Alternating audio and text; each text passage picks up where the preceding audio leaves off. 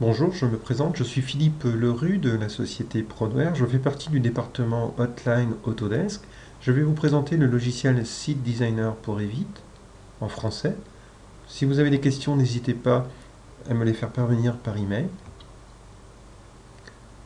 Prodware Platinum Partner Autodesk, c'est le premier partenaire Autodesk en France. Nous sommes également premier partenaire Sage en France et premier partenaire Microsoft Dynamics en France.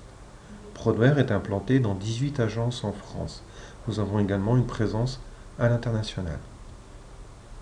Une implantation nationale et une équipe de 70 personnes dédiées Autodesk nous permettent de répondre à vos besoins en offrant des solutions et des services de proximité, de la formation, de la méthodologie, du support technique, de l'accompagnement au changement, de l'expertise BIM par exemple. Un peu d'histoire concernant CDesigner. En juin 2014, Autodesk rachète la solution SiteWorks for Revit, éditée par la société EaglePoint. C'est une solution que nous connaissions chez Prodware, puisque nous la distribuions, elle coûtait environ 2000 € et fonctionnait sur Revit 2011 à 2014. Suite à ce rachat, Autodesk CDesigner for Revit 2015 est disponible gratuitement, uniquement aux clients sous souscription. Vous pouvez donc télécharger cette application sur votre portail de souscription Autodesk. Par contre, l'interface reste en anglais.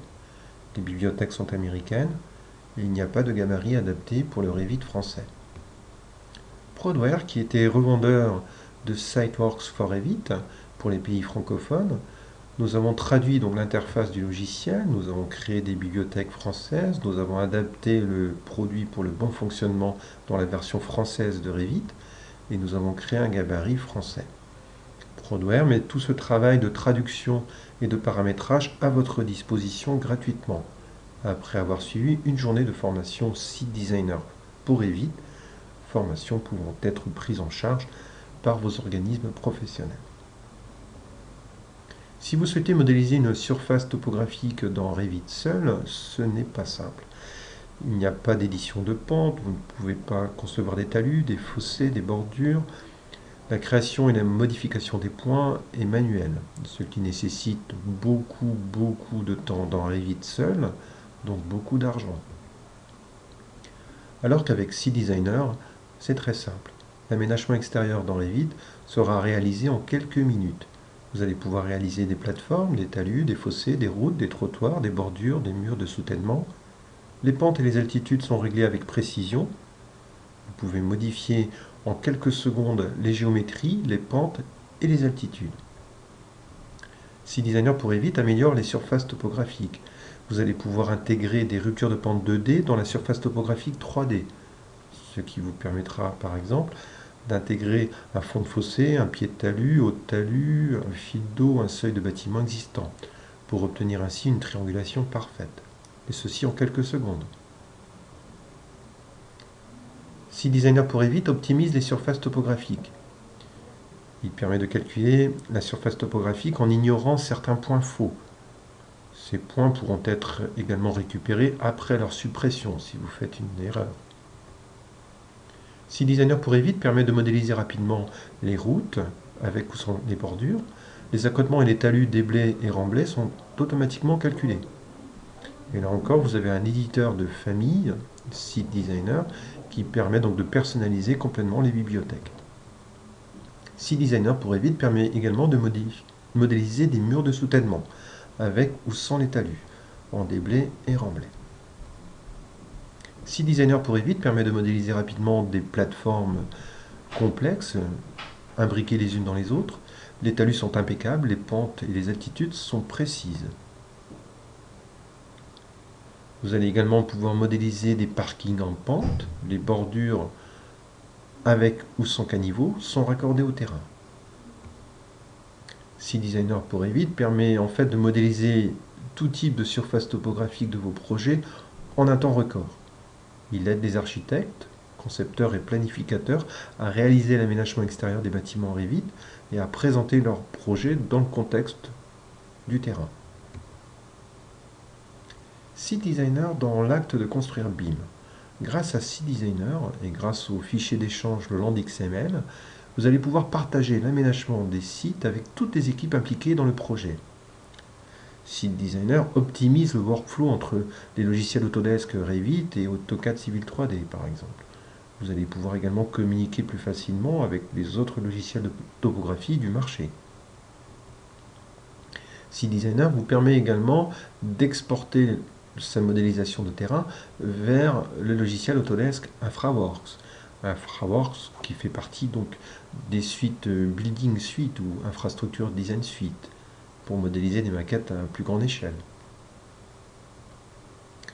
Pour vous permettre de profiter de cette version française Prodware, donc de Site Designer, nous avons planifié un certain nombre de dates de formation dans nos agences, mais si vous souhaitez également participer à une formation dans vos locaux, n'hésitez pas à m'adresser un mail. Je vais maintenant vous présenter les fonctionnalités détaillées du produit.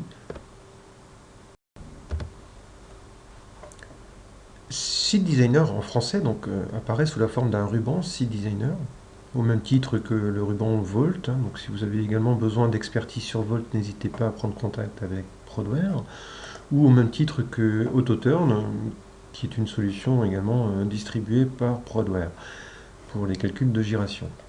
Donc Site Designer, je vais dans un premier temps vous parler de workflow avec des autres logiciels Autodesk. Vous avez les premières fonctions ici qui vont vous permettre de communiquer avec tous les intervenants du projet, donc avec d'autres logiciels de topographie.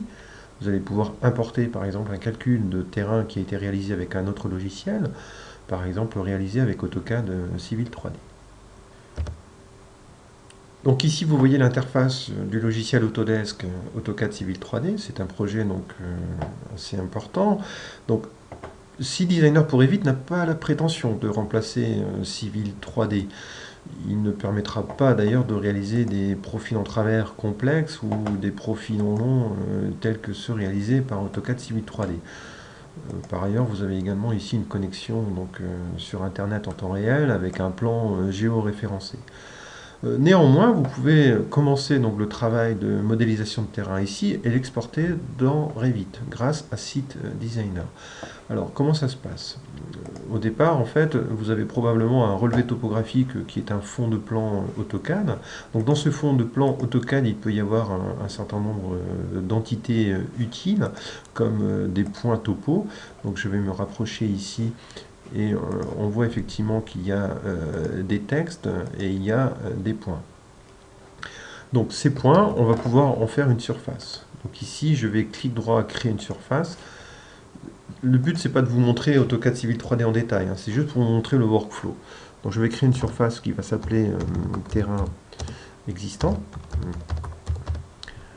en triangulation. Voilà, donc la surface est bien ici. Et dans cette surface, je vais rajouter des objets AutoCAD. Donc ce sont des objets points, ok, et ce sont tous mes points. Donc au clavier tout, je valide. Voilà, donc j'ai bien une surface ici Civil 3D que je vais pouvoir exporter dans Revit. Alors, il suffit simplement de faire un clic droit sur la surface, exporter LandXML. Le format LandXML, en fait, c'est un format d'échange connu également par tous les logiciels de génie civil. Donc je vais le déposer sur le bureau, calcul AutoCAD Civil 3D, enregistrer. Et je vais passer maintenant dans Revit. Donc, me voici de nouveau dans Revit. Donc, dans Site Designer, je choisis Importer LandXML et je vais sélectionner le fichier qui se trouve sur mon bureau. Calcul AutoCAD Civil 3D. Donc, on peut importer tout en respectant le référentiel, c'est-à-dire les coordonnées Lambert. On peut importer des axes et des surfaces. Donc, dans le cas présent, j'avais une surface. OK. Et on retrouve ici le nom de la surface telle qu'elle a été créée dans AutoCAD Civil 3D. OK. Elle contient 2104 points. Et elle sera tout de suite placée dans la phase existante. OK. Donc l'importation étant terminée, on voit effectivement la surface. Comme si elle avait été faite en fait par Revit, puisque c'est réellement un objet ici Revit. C'est une surface topographique terrain existant. Ce workflow, donc, il existe dans l'autre sens également, c'est-à-dire que vous pouvez modéliser donc, le terrassement à l'aide de Site Designer et l'exporter vers d'autres logiciels. Donc l'exporter dans AutoCAD Civil 3D ou l'exporter dans InfraWorks par exemple. Donc me voici dans Autodesk InfraWorks, qui fait partie donc de vos suites Building ou Infrastructure Suite. Vous pouvez donc dans InfraWorks communiquer également en langue XML, donc importer un calcul de modélisation de terrain qui a été réalisé dans Revit à l'aide de CDesigner ou un calcul réalisé dans AutoCAD Civil 3D. Donc il s'agit ici d'un exemple de l'île d'Ouessant. Donc vous pouvez très rapidement dans InfraWorks réaliser des projets à très très grande échelle et récupérer jusqu'à 200 km² de terrain en 3D avec la photo aérienne et tous les bâtiments en 3D. Et tout ceci gratuitement.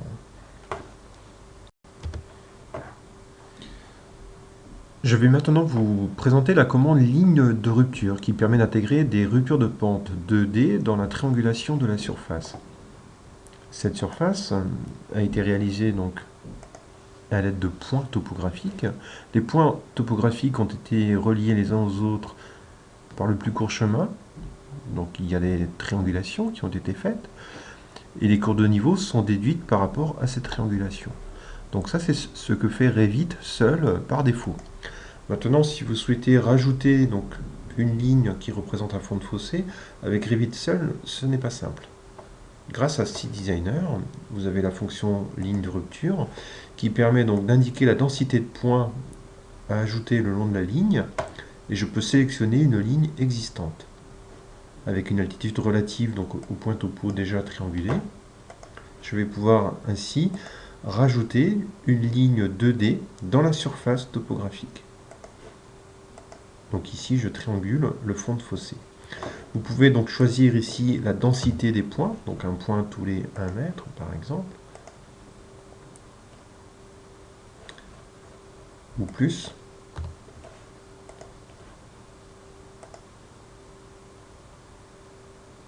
D'accord. Et ainsi de suite. Donc on voit tout de suite ici la triangulation qui est bien plus précise et qui représente donc le fond de fossé.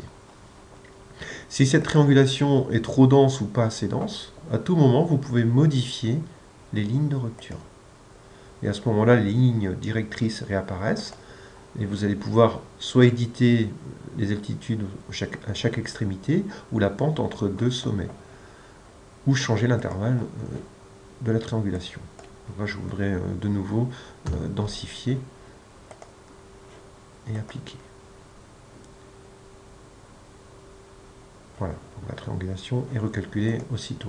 Et ainsi de suite, vous allez pouvoir finalement représenter une surface parfaite avec les fils d'eau des bordures, les fonds de fossé ou toute autre représentation qui marque une cassure dans le terrain.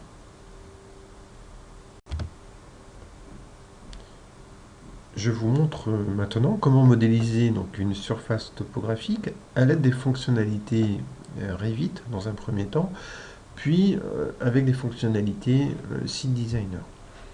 Donc vous pouvez bien entendu démarrer un projet à l'aide des fonctions de Revit. Pour ce faire, je vais démarrer une nouvelle étude en utilisant mon gabarit CDesigner français de Prodware. Dans cette nouvelle étude, je vais importer un listing de points. Donc sur le bureau ici, j'ai mon petit fichier. C'est un fichier XYZ avec un séparateur virgule que j'importe. Voilà. Donc voici ma surface topographique Revit. Cette surface, je peux la nommer. Donc c'est la surface existante dans la phase existante. Je peux également l'étiqueter.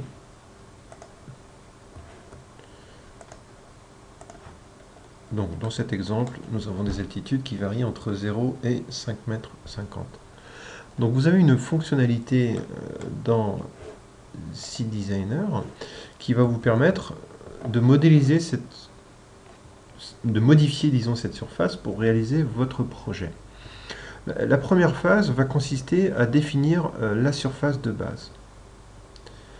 Alors la surface de base, c'est celle-ci.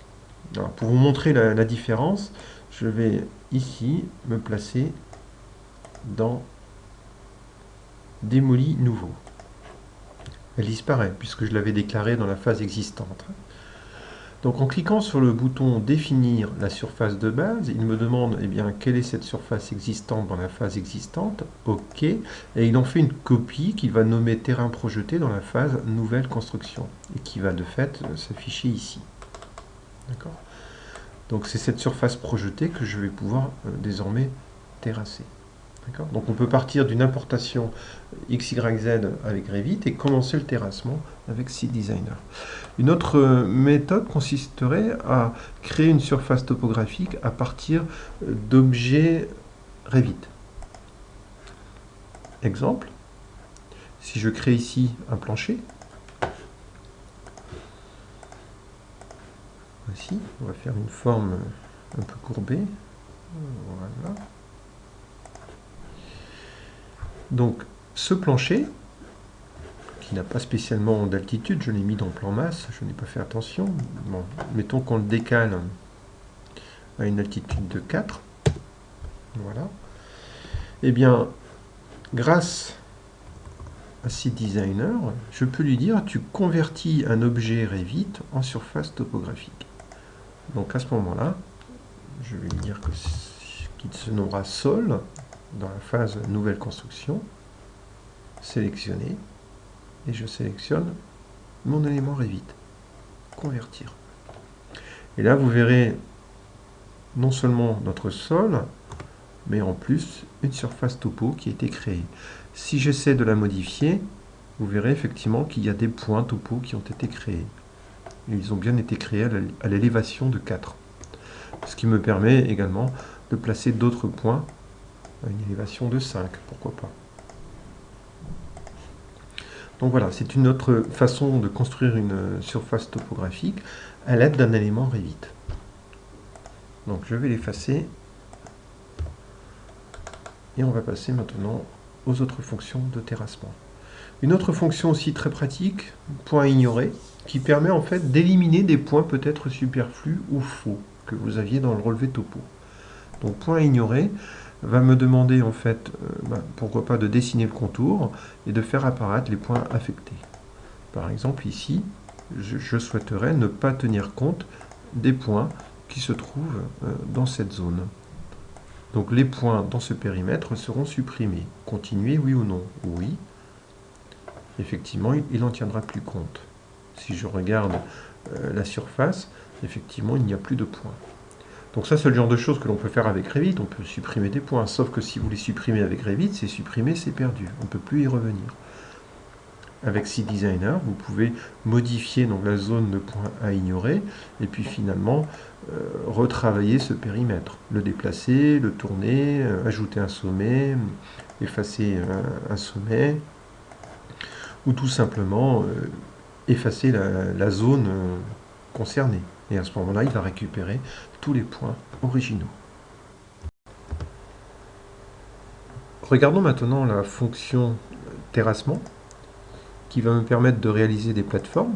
Je choisis donc la famille terrassement, le type de raccordement au terrain, donc un talus de 3×2. J'indique le nom de ma plateforme, ainsi que l'altitude de la plateforme. Il est possible d'aller piquer un point à l'écran. À ce moment-là, il récupère l'altitude de mon pic écran, que je vais pouvoir ajuster. Je représente ma plateforme à l'aide d'une chaîne dessinée, avec des arrondis de 3 mètres.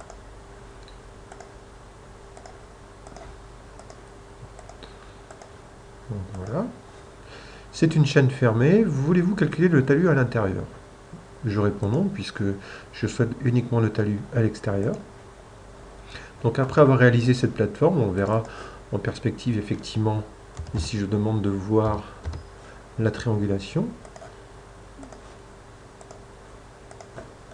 qu'il y a énormément de points. Donc la création de ces points s'est faite en quelques secondes à l'aide de SeeDesigner, alors qu'avec Revit, il aurait fallu certainement peut-être plusieurs heures. Donc revenons en vue de dessus. La fonction terrassement me permet également de créer des plateformes imbriquées. Je souhaiterais par exemple créer une plateforme numéro 2 qui va se trouver 1,50 m au-dessus de ma première plateforme. Donc en relatif, je vais également donc dessiner une chaîne avec des coins droits cette fois-ci. Donc voici. Les talus à l'extérieur uniquement, comme tout à l'heure. Bien. Après avoir créé donc, cette plateforme, je vais pouvoir l'éditer à tout moment. Donc regardons en coupe le dénivelé du terrain. Si je demande de voir uniquement ma construction nouvelle,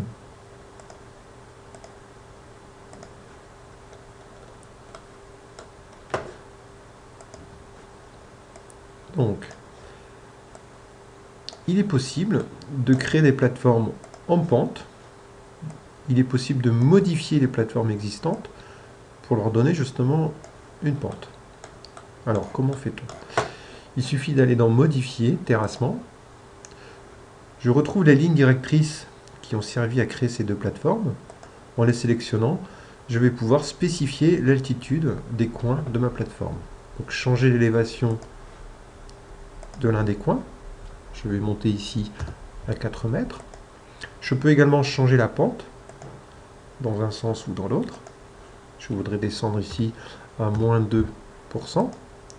Donc l'altitude est calculée automatiquement. Je peux ainsi de suite éditer donc toutes les pentes de ma plateforme.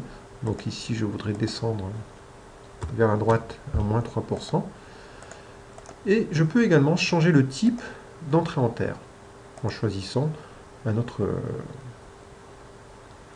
forme de talus, tout simplement. Et appliquer. Voici. Donc on voit tout de suite la plateforme en pente. Donc ce calcul est rapide. Vous avez une densité de points donc importante.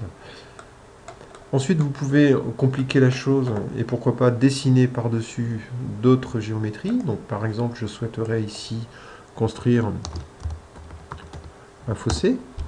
Un fossé qui va se trouver donc 1 mètre au-dessous de ma plateforme, donc moins 1. C'est une chaîne avec des arrondis de 3 mètres.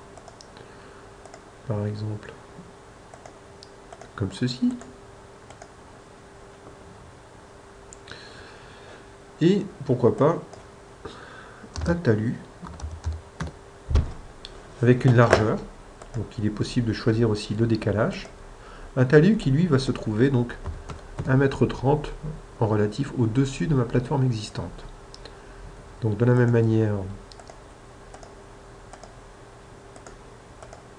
je confirme. Voilà, donc on voit bien ici le fossé et mon talus. Donc cette édition rapide, vous pouvez à tout moment y revenir, donc en modifiant le terrassement, et vous retrouvez toutes les lignes directrices. Donc le fossé ici qui n'avait pas de largeur de fond de fossé, je pourrais lui donner une largeur, pourquoi pas.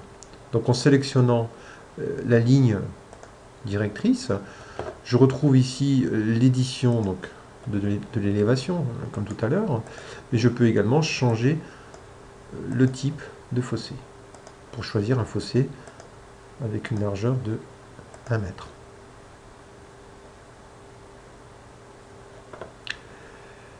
Je pourrais également construire une rampe d'accès pour accéder à cette plateforme. Donc je relance l'outil terrassement, j'indique ici le nom de ma rampe,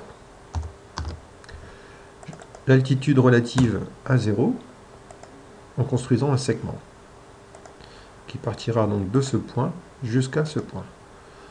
Donc par rapport à la plateforme existante, une rampe d'accès est construite donc en relatif. Donc en 3D, vous verrez effectivement la qualité des talus, donc les points qui sont construits rapidement en quelques secondes, alors qu'il faudrait certainement plusieurs heures avec Revit.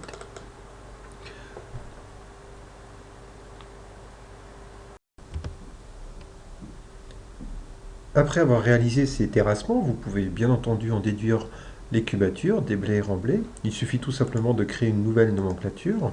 Donc j'indique ici le nom de ma nomenclature déblais remblais. OK. Donc dans le tableau, je souhaiterais avoir le déblai, le remblai et le nom. Vous pouvez bien entendu classer les colonnes. OK. Donc voici le tableau de cubature. La colonne déblai, la colonne remblai et l'équilibre des deux. Alors si vous voulez un équilibre égal, déblai remblai, avec Revit, ce n'est pas possible. Par contre, avec AutoCAD Civil 3D, vous pouvez tout à fait le faire.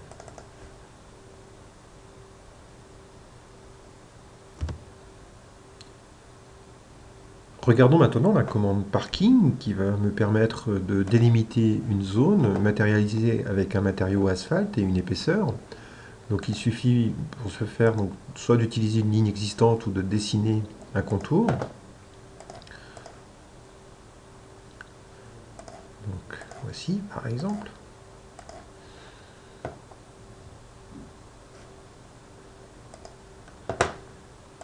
Et vous verrez ici que en rendu, il y a bien un matériau asphalte. Et au niveau des volumes, vous avez un bouton rapport ici qui va vous sortir pour ce parking la surface de parking et le volume pour les 3 couches de matériaux. Donc ce rapport de volumétrie se fait donc en fonction d'épaisseurs effectivement qui sont paramétrées dans les familles. Donc vous pouvez bien entendu éditer les familles, les modifier pour changer ces épaisseurs.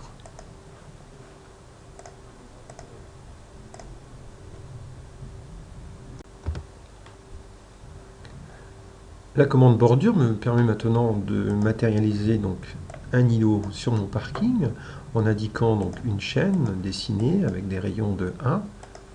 Donc mettons ici un îlot triangulaire par 3 points arrondis sur la surface de parking.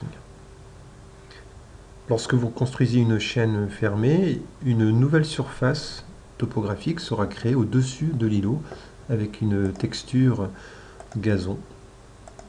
Donc que l'on verra ici. Donc en coupe, voici. Donc revenons sur la vue de dessus. Si maintenant vous souhaitez construire la bordure droite d'une route et la bordure gauche d'une route en suivant des formes géométriques complexes, vous pouvez également le faire. Donc je vais, pour faire un peu de place, effacer mon talus et effacer mon fossé. Voilà. Et je vais dessiner tout simplement une esquisse de ma voirie. Donc mettons ici la voie gauche. Et puis on pourrait tout à fait au milieu croiser un anneau giratoire. Et puis la voie droite. Donc on peut tout à fait construire de la voirie avec des géométries complexes. Donc la fonction bordure ici va me permettre de suivre une ligne existante, insérer. Donc je sélectionne mon îlot. Donc cet îlot va se construire sur mon terrain projeté.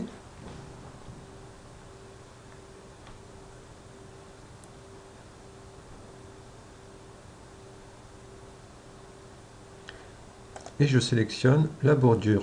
La bordure gauche, alors j'ai une question subsidiaire qui me demande le côté de la bordure, en fait c'est le côté du caniveau, donc c'est plutôt à droite, donc toujours sur le terrain projeté.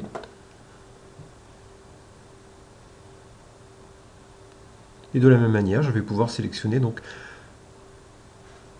la bordure droite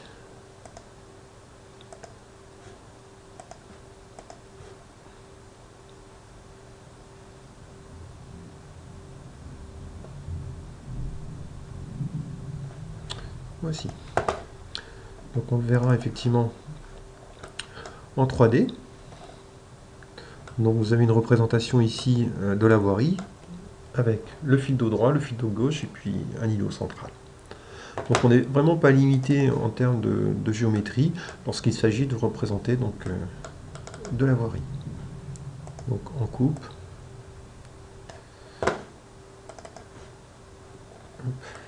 Voici. Et ceci en respectant la pente de ma plateforme.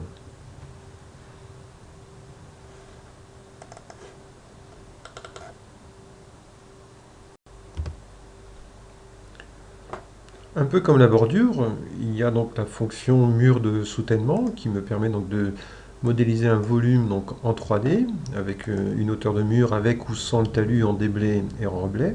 Donc ici je vais choisir un mur de 1,50 m et une pente de 1 pour 1 en déblai et remblai. J'indique le nom de mon mur, j'indique ici l'altitude du mur donc en relatif par rapport à ma plateforme en sélectionnant une chaîne et en la dessinant avec des arrondis, insérer, et je vais piquer donc les coins de mon mur. Et j'indique ici le côté du talus, donc plutôt à gauche.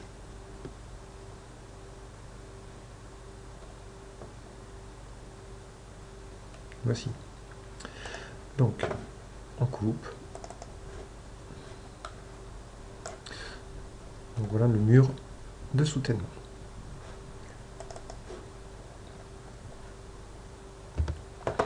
Et en perspective, oups, voici. Donc là, les triangles sont très importants, mais vous pouvez bien entendu régler la densité des triangles. Donc pour chacune des familles, que ce soit pour les bordures ou les murs de soutènement, vous avez en fait un éditeur de famille qui va vous permettre non seulement de modifier les dimensions donc, de l'élément, mais également l'incrémentation, c'est-à-dire la densité de points le long de l'élément. Pour le mur de soutènement, c'est exactement le même principe. Vous avez ici donc, les différentes épaisseurs encore de matériaux, la pente en déblai, en remblai, et puis la densité donc, de points ici, l'incrémentation linéaire.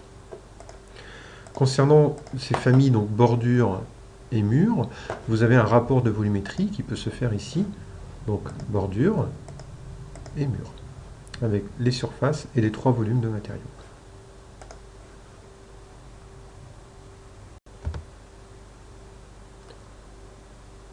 La commande trottoir me permet maintenant de construire un volume également en 3D avec un talus à gauche et un talus à droite.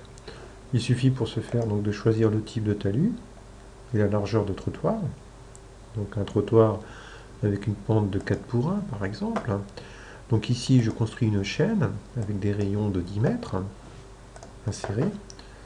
Et je vais construire ici un trottoir dans cette zone.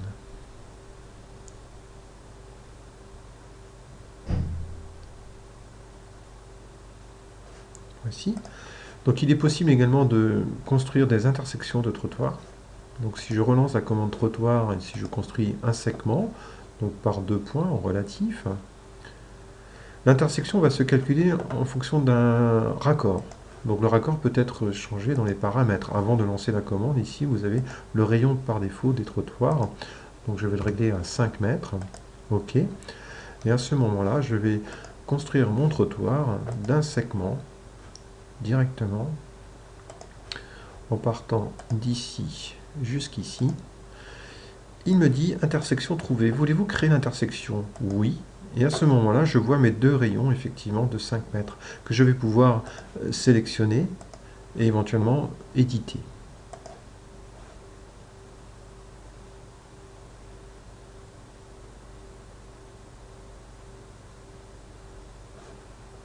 Voici. Donc en 3D, nous verrons également un volume. Donc, si je demande de masquer peut-être la triangulation,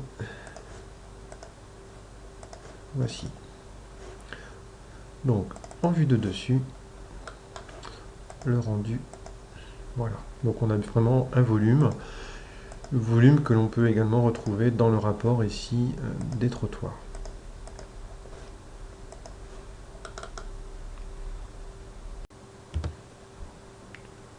La commande route me permettra donc de représenter une voie en suivant donc une chaîne dessinée avec des rayons de raccordement.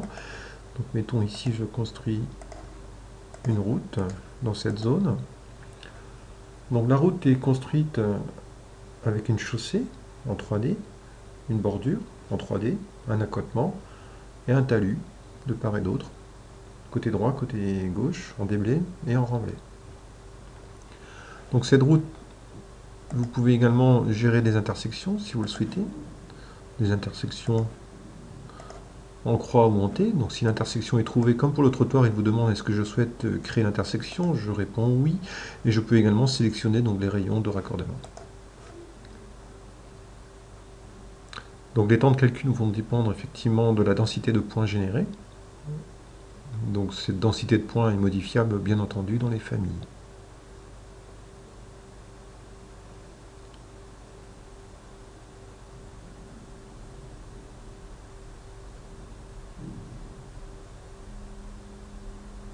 Donc l'intérêt bien sûr de cDesigner, c'est d'intégrer vos projets d'architecture dans un terrain réaliste. Donc en 3D, voici. Donc on a bien l'intersection de route avec les matériaux. Voilà. Donc si je construis une petite coupe ici sur ma route, voilà par exemple. Donc allons voir dans la vue. Si je demande de ne voir que ce qui est nouveau,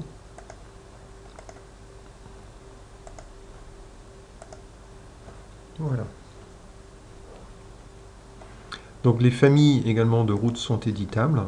Vous pouvez créer vos propres familles, modifier les familles existantes, et éditer toutes les valeurs. Donc indiquer le nombre de voies par exemple, avec des largeurs de voies différentes, avec un dévers de chaussée, avec bordure ou sans bordure, avec un matériau pour l'asphalte, la dimension de la bordure et la largeur de l'accotement, les entrées en terre et la fréquence des points donc, le long de cet élément.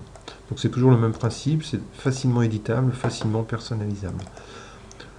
Donc on voit l'intérêt de cDesigner par l'économie de temps, puisque s'il avait fallu réaliser toutes ces choses avec Revit seul, eh bien, je pense qu'on n'aurait pas pu le faire, donc on aurait vite abandonné, il aurait fallu plusieurs heures, voire plusieurs jours de réflexion et de calcul pour obtenir un tel résultat.